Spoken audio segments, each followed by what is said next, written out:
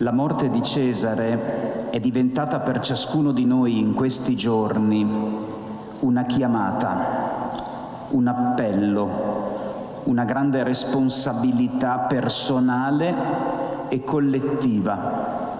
Intense le parole di Don Andrea Guglielmi mentre una folla di persone dentro e fuori la chiesa di San Francesco, in un assolato pomeriggio d'aprile, salutava Cesare Zilio, l'architetto 36enne morto la domenica di Pasqua travolto da una slavina in Alto Adige.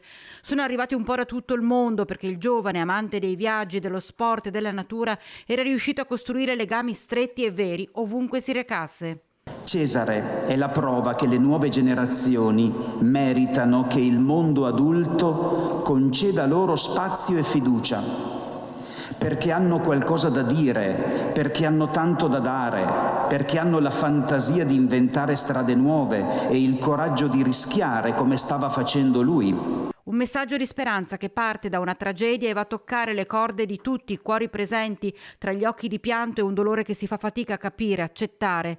E sono gli amici, i cugini, i fratelli e le sorelle d'anima di Cesare che hanno preso il testimone di questo giovane uomo e di tutta la bellezza che racchiudeva in sé, la sua generosità che l'ha portato a donare gli organi per dare la vita quando la vita sembrava finita.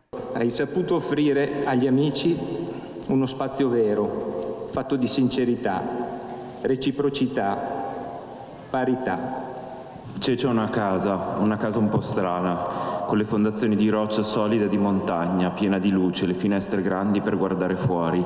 È una casa senza il tetto, perché vuole vedere tutte le stelle, tutte le sere. È una casa che ci accoglie tutti quando vogliamo, ci fa sentire bene, ci fa sentire amati. I tuoi amici per sempre.